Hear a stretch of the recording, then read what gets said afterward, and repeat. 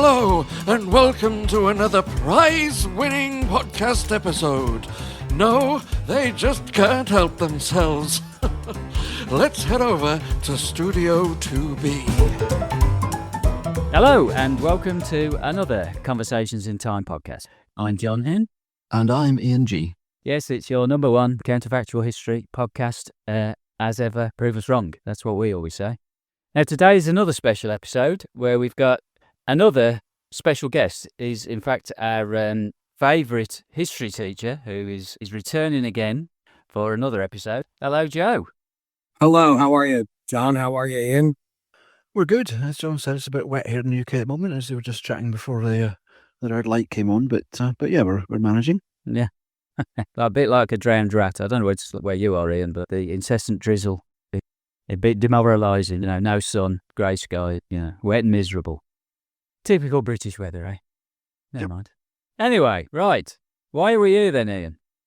So today we're going to discuss with Joe Kerry Packer. So I'm not going to go into huge detail about it. That's what we're going to speak to Joe. But Kerry Packer shook up cricket in the 1970s, or certainly tried to. It had an impact one way or the other.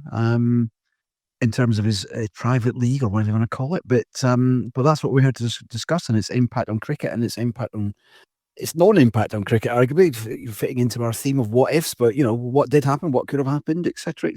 No, that's right. Yeah, World Series cricket is probably what if there was no World Series cricket is probably a better description. I hope you'd agree with that, Joe. Yes, agreed 100%. And probably cricket as we know it would not exist. Kerry Packer. So do you want to take us back to the 70s and give us some background on where it was, what cricket was like? Right, and so by the mid 1970s, actually, to be honest with you, if you go back a little bit further to like the 50s and the 60s, as it turns out, like cricket began to lose some of its audience. Yeah, don't worry. Ian's doing something. He's not on mute, so he's turned his video off in a minute. There he is. And that trend kind of continued into like the early 70s. Kind of by the mid to early 70s, actually, cricket ratings, etc., and ticket sales had popped up. It picked up a little bit. The West Indies as a team were, coming on board and were very with Australia and England, and so things were getting a little bit better as far as like cricket ratings were and ticket sales, etc. But players were still very poorly paid for what. And I tried to get some numbers on that. And so it would seem like in the early 1970s, 1971, 72, an English cricket player that played for England would have received about £200 a month. Yeah. That was the fee. Maybe a little bit more if they were overseas for but not much more. And that, compared to other athletes, they were not what they were worth. And there was no guarantee of them playing again like the following season. Everything was the one-off type contracts. Very few players, England, Australia, etc., had any kind of thing close to being like a central count would be. And, even the best players had to find other sources of income. So in England then, they didn't, when the counties, they weren't professional. They were still amateurs. So they played county cricket and weren't paid, or were paid something by their counties, but had some sort of job that allowed them the time to play cricket in that sort of stuff.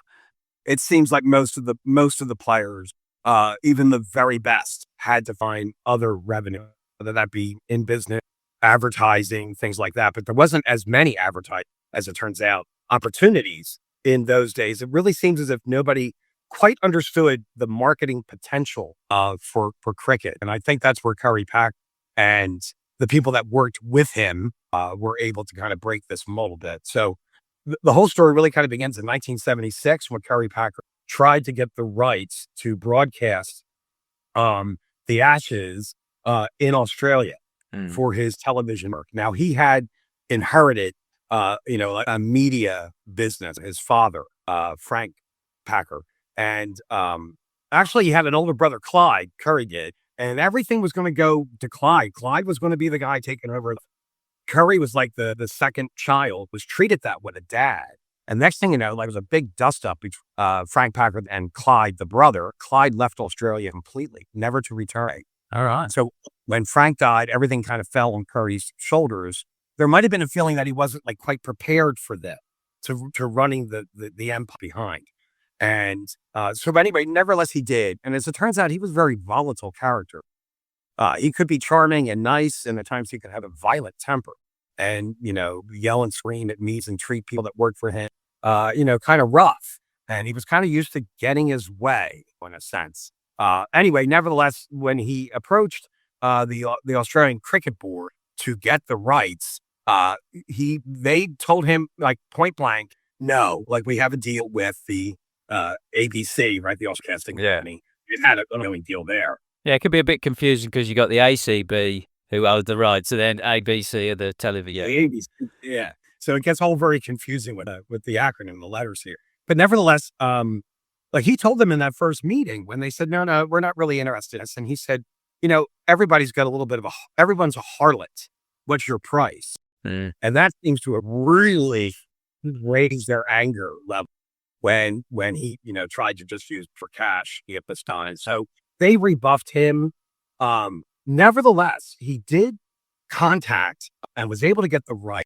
There was a test series, an Ashes series in England. So he kind of went around the back door and he went to the English parties. In those days, the TCCB, right? County Cricket Board, yeah. Forerunner, the forerunner for he went to them and was able to get the rights to broadcast the Ashes match to his network, Australia. And that turns out to be fortuitous because that's where I think he and the other people that worked on 9, his major network in Australia, began to figure out how they could present cricket better on television. You say that. One of the things that I read was that he'd done a golf tournament the year before where Jack Nicholson played. Yes. And he did Nicholas. Yeah, Jack Nicklaus. And he did something similar where he created this competition outside of the Australian. I don't think it was the Australian Open. I think it was. I'm not sure. Eventually, he got the rights for the Australian. Yeah, but he did a lot of funny. He did lots of stuff with cameras and all that. Yeah, like putting a camera like at every hole and covering of the 18 camera. Then extra cameras were in between the holes themselves. So yeah, he blitzed the number of cameras for the golf, and that was the brainchild too for cricket. Now, Johnny, and you lived through this, if I'm not mistaken, right? You were. Yeah. You did, yeah. It's funny, and all the thing I remember, I don't remember I vaguely remember the news talking about Kerry Packer, but it was more about the South African boycott. Is more in the forefront of my memory in terms of what was happening, what I remember about cricket at that particular time.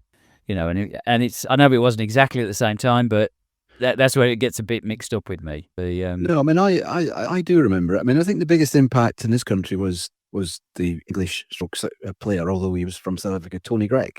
So the players that he persuaded away from the conventional format, if you like, most of them, to be charitable, were at the end. Were nearing the end of his career. Tony Gregg wasn't really near the end of his career; probably mid-career.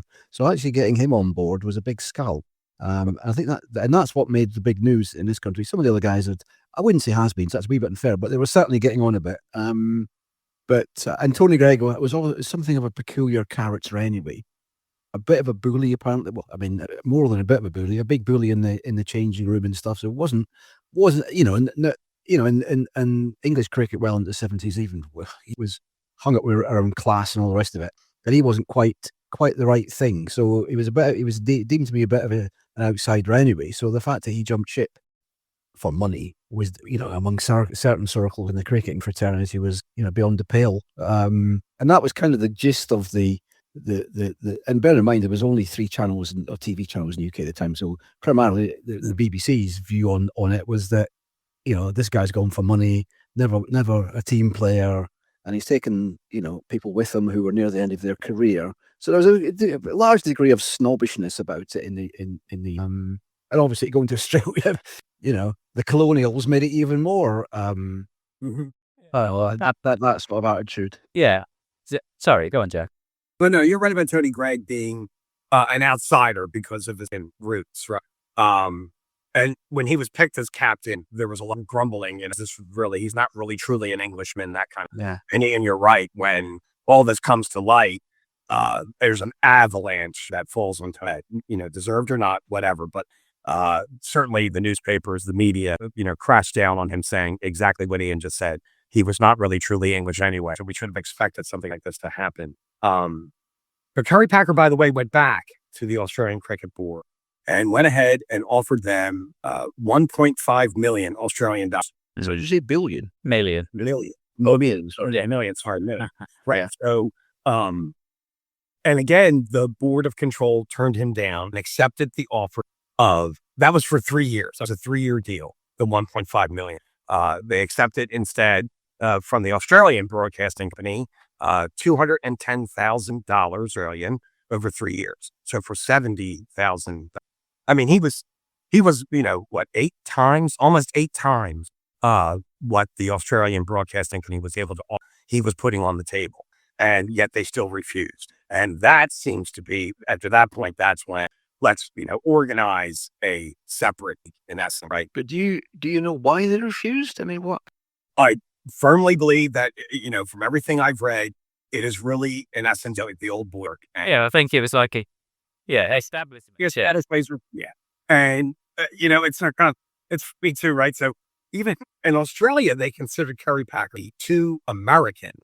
And he spent going to the United States, seeing sports, learning about how television was broadcast, how broadcast sports were done in the United States and that kind of thing.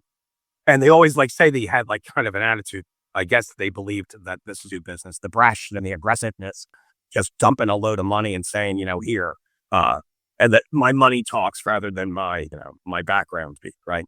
So, and Ian's right. Then, and it turns out there might have been there was other businessmen, television people, actor, etc., were already thinking of doing them. Putting on an exhibition match just to raise money for some of these guys, Australian players. They knew we're not getting, and some of these actors had been through this thing in their own careers where they were missed, whatever. And finally, some of these guys were now making good money, surprised at how their friends, these cricket players, were. And so it seemed to be like a combination of factor. Kerry Packer has an idea.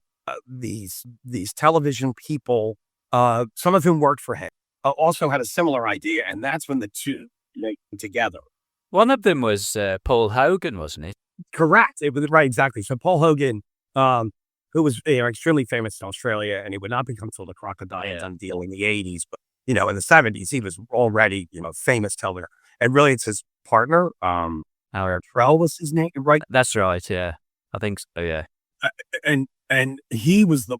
It seems to be really kind of partly his brainchild. And he sat down and worked with Packer, and he said, "Oh, we're thinking about doing an exhibition." And Packer says, "You know what? Why don't we just have a league? Why don't we just contract players to play for us?" And obviously this would be like a blackmail tactic. You think of it that way. If he was able to sign up the best players in the world, or even a handful of those players from the Australian team, and then from other teams around the world, that would give him more leverage the next guy to sit down with. So. And that's exactly what began to happen. So during the centenary test in 1977, where we were going to try and they were celebrating the 100th, out of the 100th anniversary of the first test between us, the first Ashes test. And there at that Senate, that's when a lot of comments were made, when guys were contacted in super secrecy. And the money, the amount of money that was now going to be revealed as to how much they could earn. With central contracts guaranteed for 3 years, and the money was beyond anything that the players could have ever hoped, get from their established boards. That's right. Yeah, I was reading somewhere where there was an attitude that people would want to play for Australia for nothing. It was almost like it was. Money isn't the issue with playing for Australia. That's kind of true everywhere, isn't it? It is, but if you've got well, not for Australia, obviously, but the thing is, if you've got a mortgage to pay. And you start going on a 3-month tour, and you're not going to get paid much. Yeah, how are but you going to pay your mortgage and have your family and all this type of stuff? I mean, that's still an issue today, really. There are central contracts, but if you're working for a county cricket club and you're chosen for England, No, but they weren't So, working yeah. for county cricket clubs. A lot of the Australians were like working for banks and indeed, I was thinking the the English. used car dealer. Yes, you're right. I've seen that. And they had to rely on the owners of these companies to be cricket fans to sort of say, well, we actually get something out of the fact that you're an Australian Test cricketer. Yeah, You know, but and it was a different philosophy, though, wasn't it? Because the concept, I mean, certainly outside anywhere in the US, the concept of sports people getting paid ludicrous sums of money just wasn't there. Even footballers or soccer players weren't getting paid ludicrous sums of money well into the 1990s. So it wasn't the fact that they were unusual in that regard. I mean, to be fair, I mean, on the book I read, it was talking about Ian Chappell, who was the Australian. He had a brother who was a golfer, and in the same period, Ian Chappell earned $72,000, and his brother earned $275,000 golf. Wow. And there was and that was one of the things. It was like Jesus. It's yeah, but he earned that in America, I wonder. No, well, he earned it on the global scene. Well, okay, but was he a member of the American tour? I wonder, because again, it was well ahead of the game. I mean, I'm not defending it. I'm just saying in context. I don't think cricketers were unusual. You think about rugby. Rugby only became professional 25 years ago. Athletics became professional 25 years ago. But football was always has been professional for a long time. Rugby league professional. And their salaries tagged to like average wages of like carpenter stuff well into the 1970s. Anyway, contextual. I'm just saying that I don't think cricket is unusual. And that is true. And I can remember when I was a kid, I think I'm a little bit older than. Don't think so, Joe. Don't think so. Here in the United States, like baseball players were also, they had outside jobs in the wintertime. They were car salesmen, and they were hired because they could always say, well, here, this guy plays for the Phillies and works for us, in the winter, come and buy a car. And some of those jobs were sham jobs, obviously. Even in the United States, not until the 70s, did salaries go up for, American athletes, however, like higher than you would find paying time, right? So by the time you hit the early 80s or the late 70s, you had players making $500,000 a year playing baseball, or $1 million by 1980 was the baseball player to get $1 million. And that is like far and above, the carpenter's type, the average person's salary. And that's when you begin to see the disparity, et cetera. So I kind of agree with Ann. I think across the board, professional, they didn't make the extraordinary sums. Oh, yeah. Obscene amounts, yes. And, what causes that, of course, is television. And that, that really becomes the, to all of this. And, they always say Kerry Packer recognized that fact pretty early on. Like, don't be worried about your average gate attendant and ticket sales. Don't be worried about that. That's not where the money is. The money is going to be in broadcast. So, and if you look at it this way, so I was able to if you go, even when Kerry Packer is going to win this battle, and in 1979, when they finally reach an agreement and the whole World Series but he will offer the same amount of money, $1.5 million for 3 years. And that he's going to get it, and he'll be happy to get it. I'll talk about that in a second. And I just read yesterday, I was just reading that the latest Indian Premier League television contract was for $6.4 billion. So to tell how far we've come, indeed, right? And I know it's been a long time or less.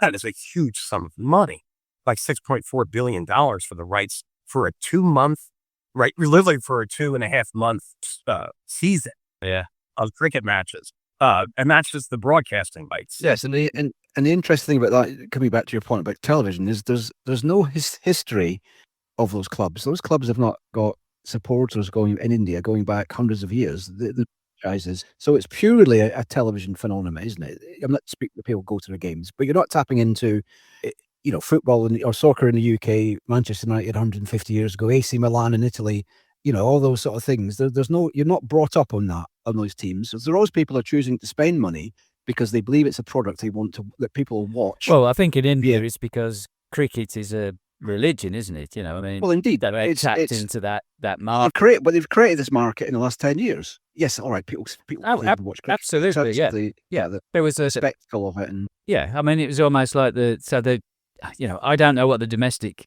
Indian cricket is like outside of T20, but obviously it was pretty low key, and then the tests obviously pretty popular. I assume that almost everybody in India is watching it versus Pakistan or whatever, you know. But you're right. It's I mean, that's almost a different sort of issue in terms of. indeed, we digress some. Yeah, Yeah, I mean, we'll come on to T20 as a consequence, you know, of Kerry Packer. There's no doubt about that.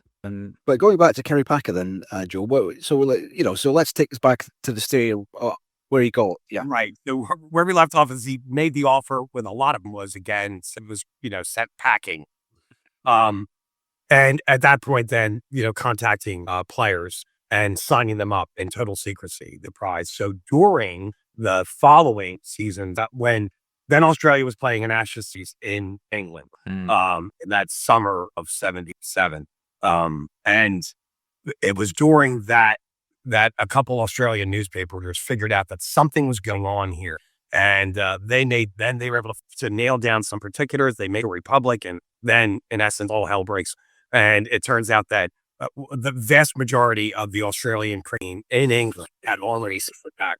Yeah. And a few Englishmen, including Teddy, it comes to light that a few English players will, and then the Australian Cricket Board doesn't know what to do because the team playing, but they know that these guys that sign up for World Series, Tony Gregg, though the CB is going to eliminate him as captain, and they're going to bring up instead Mike Brewerly will be given a chance to be captain. Sure, yeah.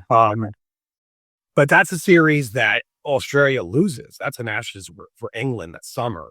And then, the team returns, and by that time, it's also world story across the board. And it turns out they were able to sign up Richie Benaud, the former Australian and later famous Paul. That's right, yeah. probably one of the best commentators. Yeah, Lenny Sport ever. The way he used to look at the camera, and he was only speaking to you one to one. Very, very. When he was actually on camera, I mean, 9 times out of 10 he was commentating on the match. But when after match, I didn't realize he'd signed up for that. Must have been a big. Oh yes, He was. Yeah, he wasn't playing. He was commentating. How he was by that. He played in the 50s, but but he's dead now, unfortunately. But yeah. If you want to listen how to commentate or present sports programs, that it's him. He's the man. I 100% agree with that. And I was able, when I started paying it, watching cricket and all the internet and stuff, he was still. Well, the interesting about him, we're not here to talk about him, but he would speak to people who knew about cricket, and he would speak to people who might be watching it for the first time in their life, and he could relate to both. And that an amazing guy, really, and very down to earth.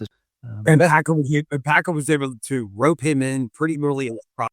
His name alone lend a little bit of weight to this Roscoe. And when you read, and I was reading books that came out either at the time of World Series cricket or right afterward. And those books written by established cricket writers, etc. And they were all very, very negative to Packer, and Packer, referred to as the Packer circus. Yeah. That sort of thing, not taking it seriously. It was a bit of a joke. And like Ian said a second ago about the IPL, not having, teams not having roots for your fan base that's passed down generation after generation. Right. That was one of the major criticisms when World Series cricket got started was, what is the point of these games? They're not playing for their county. They're not Australia. They're not playing their state. How are people ever going to be able to identify with any of these matches, these teams? And so you can see that even while it was occurring, in essence, people that were heavily involved in cricket did not realize what they were watching, right? Which was the beginnings of franchise, which has become, as we all know, a pretty big moneymaker when it comes to for players and for. So in the sorry, John, you go ahead. I was just going to say, in the early days, didn't they have issues with grounds? They couldn't, the ACB, and they were stopping for years in the MCG and the WACA, and they went to VFL Park, out the town. They got very low attendances, that sort of thing. Yeah, they had to bring in, drop in. They had pitches that were curated in greenhouse, and they dropped them in, and all of this was extremely expensive. Like, But that's how they do things today, isn't it, Brian? Like, but they're they're exclusive law. Yeah, well, no, but it's interesting. That's the first. I mean, we'll come on to this later, but that's one of the first obvious. Well, the other thing with the beginning of the WSC is it coincided with an Ashes tour, or a West Indian tour. India, that's right. Yeah, India was in Australia, and that was the only thing where Packer thought, you know what, the Indian team was not the Indian team today. Oh yeah, and so the idea was this, like, having a series again, it was not going to be, in Australia, an extremely popular series. So, just go head to head again with those test matches. So the first couple of super tests that the World Series Cricket put on were going on at the same time as the test matches in India that won. But of course, it was in essence a second Australian team, an Australian second 11 that was playing against India, and it turned out to be, by the way, a very competitive series between Australia and India. And you're right that attendance was much better at the establishment test series against India than they were initially for the World. Yeah, but then you could argue that the test, the India-Australia test was close because the Australians, it was their B team. I didn't have their top players now were already banned and were in the World Series Cricket camp. Other than the ICC got involved in this pretty early on and realized that it's just not an Australian problem. When players from Pakistan were signed, almost the entire West Indian team. I think that was one of the coups, wasn't it? That they got the list of players, and then, I recognise you're right. The West Indies, Bev Richards, Michael Holding, Joel Garner. I mean, the clubs, indeed, the companies. It goes on. It was just that they were so key that they signed up right away. There was a no-brainer. Absolutely. And so, he sat down. Kerry Packer flew to London, sat down with the ICC, and turned around and said, like, I will stop all of this if you give me exclusive television rights. And the ICC closed doors, and it was the West Indian Cricket Board that turned around and said, we're kind of stuck in the middle of this because our entire team is now signed up with this guy. If we're not going to be able to put on, test cricket in the West Indies if our entire team is gone. They tried to, the West Indian, I think they were kind of like a lone voice there in the ICC trying to say, listen to Packer, maybe there's work this out. Anyway, at the end of the day, they put another West Indian Cricket to agree with all of the rest of them, and they turned Kerry Packer down flat. But it's an interesting thought. I'd never thought about it before. We're kind of used to, because it's become normalized, of extremely rich people threatening various organizations, and we won't go into that too much. But is what he's doing in any sense anti-competitive, legal in any country? I wonder. Going up to somebody, it's sort of mafia thing. Nice business you've got here. Shame if it got broken. I mean, it's. No, but I don't think he ever threatened to take. I'm not suggesting he threatened violence or anything. No, but his aim wasn't to take it down. I mean, to be honest, he wanted to televise the test matches. That was his. This was generally money in the process. He just wanted to make money. He didn't particularly want WSL. So now, when he was turned down by the Australian Cricket Board, that's bad enough. When the ICC turns him down, that's when he comes out of that meeting and front of the newscasters and just lets loose with, that's it, I'm done, no more compromise. If they just give me the tell, I would have stopped all of it. But now it's going to be full on, and devil take a hindmost. I think is his exact quote there. Then they take the ICC to court.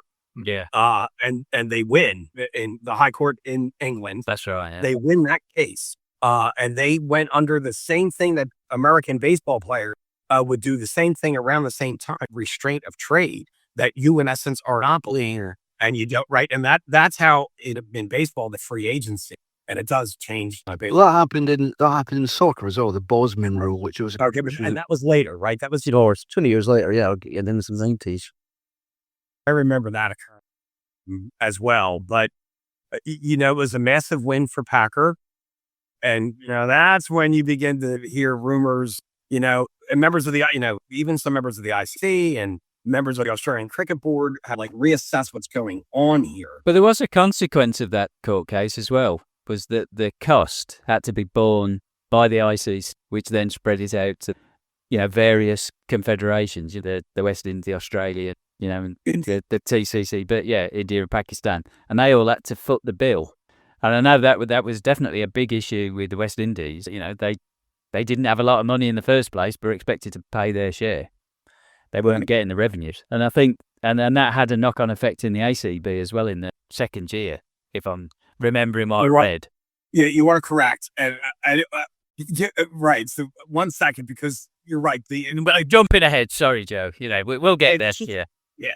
When World Series cricket got started, and they're up against directly with test matches with India that are at the same time, you're right. Attendance was poor and that kind of thing. However, the World Series cricket had already begun to work out how they were going to broadcast these matches and make it different. So the idea of having a mic right there, a stump mic, having 8 cameras, 9 cameras instead of the usual 2 or 3 or 4, which was normal for televised cricket match, but to double the amount of angles available and all that kind of stuff, and to kind of present this, as alluring as possible.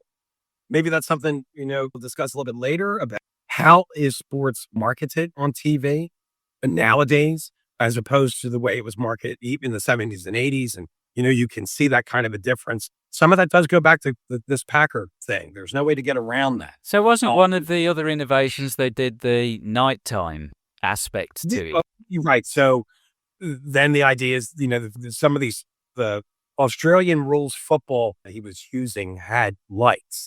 And so, how could they get like a day-night game going in series cricket? And they're able to do that first season. But they had to experiment with the color of the ball. Yeah. And they decided the white ball was the easiest one to see on TV. And so even though they were still wearing like white clothing, they used a white cricket ball, which seems like, how do you do an LBW with that? It makes it mortal, right? Hence the need eventually in the second season to introduce colored clothing for those matches that are taking place at night, the lights and that. So as the season progressed, the crowds began to grow, and part of that was aggressive marketing, people watching some of the matches or parts of the match on TV, and it turns out it was a heck of a lot of bouncers going on, and like a hell of a lot of fast bowling and not a heck of a spin bowling on in these matches, because that. And a lot of bouncers and guys getting whacked, and you see helmets being worn by cricket players at the time in those World Cricket matches, especially after a couple of, and then Kerry Packer, as well as the players themselves, realize, yikes, I really can't afford to get a head injury and then be out for like 3, 4, 6 months, like the season's ruined. So, we begin to see more protective, especially the helmet coming in. And then, by the way, World Series cricket enters the helmets and have an option of helmet or not. But by the following summer, you see establishment that is also using this. So was there a rule change in relation to the bouncers, or was it just that they just decided that the bowlers were going to bowl more? I mean, because now there's rules around it, and I think when World Series cricket was first announced, they did announce they were not going to play according to the rules of the ICC, that they were now have different ideas. I think one of those would have been relaxing the intimidation. That's exactly what it is. Yeah. Yeah. Bowling tactics that were to intimidate, right? So that they would relax those rules, but then they realized, it's a danger, because some of those West Indian fast bowlers were extremely fast and extremely accurate in bowling bouncers. And I must admit, when I was reading through through this history, this part of cricket history, it was like, it just amazed me how many injuries people were getting. Broken fingers, broken arms, broken legs. I mean, broken jaw, losing teeth, forgetting the fact that concussion. People almost died. There was one guy there was a guy who turned his head. He got a helmet, but the helmet didn't cover the back of his neck, and the ball hit him in there. Right. And they were saying if it had been an inch across, he would have died. And it was like, wow. They were using like race car driving. That's right. The first games. That's right. They got them from Birmingham. Apparently, there was somebody who supplied them before they found an Australian supplier who's going to provide a lighter helmet. But it was almost like like you said, they got a motorbike helmet. And then with a visor, like there was a visor on the original, they put a visor, like a plastic visor, and that fogged up. That's right. So, yeah, and there were problems with helmets because then you couldn't hear, your partner calling for a run or not calling for it. And sometimes there were mix-ups. They legitimately couldn't hear until they put ear holes in the helmet so that they so at least hear a little better. Question for you, Joe. So one of the differences, besides the fact that the ball was white, it had a thicker seam. And I don't understand why the white ball in WSC, had a different seam. Oh, I don't know. I don't think I ever read that. All right, I read one bit where they were saying that one of the West Indian bowlers bowled the ball and the seam actually cut somebody's leg. It went past his leg that fast. It cut his trouser and the skin, and he was bleeding down his leg. It was, but it was just that it's a thick seam. It is different to a red ball. I must admit, I haven't got a white ball cricket ball. I got a red ball one. I'm going to go and buy one when the cricket season starts. See what it looks like. I'll take a look at it. Yeah. Yeah. But it's okay. So I didn't know whether you knew. So. No. That's news. I didn't in the readings that I've been doing lately about Packer. And then so by the end of the first season, with the night matches and that kind of thing, that indeed World Series cricket was beginning to come into its, and it really now the establishment cricket major threat, as the number of players that he had signed had jumped from 30 something to 50, as he was now signing more players for almost every test playing there was. It wasn't even South Africans. Yeah, so it wasn't. We're not directly from because of the ban going like that. Kerry Packer said he was not going to play matches in South Africa. He was South African unless they were South African players that were playing overseas outside of. Then if they did that was fine. That they weren't taking them out of South Africa. They were taking them out of their whatever county they were playing for, state they were for. So like even Barry Richard had a shot now at playing, international cushion again and all kind of stuff. Yeah, there's Kepler Vessels was another one. Yeah, right. So a number of South Africans. Anyway, want to slice it, and the three main Pakistani players were now also signed up. That caused all kinds of when England played in Pakistan. That summer, it was like a nightmare. All these cricket board now begin to realize that what they were putting out on was like in essence a second 11 or less than best team, because all the great players were now signed up cricket. So wasn't there a lot of issues, when Australia? So in the intervening after the first season of WSC, the Australians toured the West Indies, and there were riots in the West Indies because obviously they'd banned all of their best players from playing, and they had to have armed guards, and there were bottles being thrown on the pitch. Yeah, it's not ringing any bells. And actually some of that had occurred as far back as the 90s, where Right. Crowd troubles at West Indian games, and some of that was based on things within the politics of the West Indies, stuff like that. But no, you're absolutely right. And the same thing happened in Pakistan, where there was violence in the stands, where the crowds revolted because their main player not playing. Yeah. So the first season, they put their feet on the ground, World Series. In the intervening months there, before the second season begins, that's when, in essence, World consolidates themselves. Now tables are beginning to turn. And colored clothing is going to be introduced, more night match, playing, 1 day matches and test match other than multiple day match. This was another thing, I'm not talking ODI, but one day matches have been introduced early 60s in England, right? Yeah. And then nothing really came of it, even though it drew crowds and people were excited. The TCCB in those days really didn't do anything with it.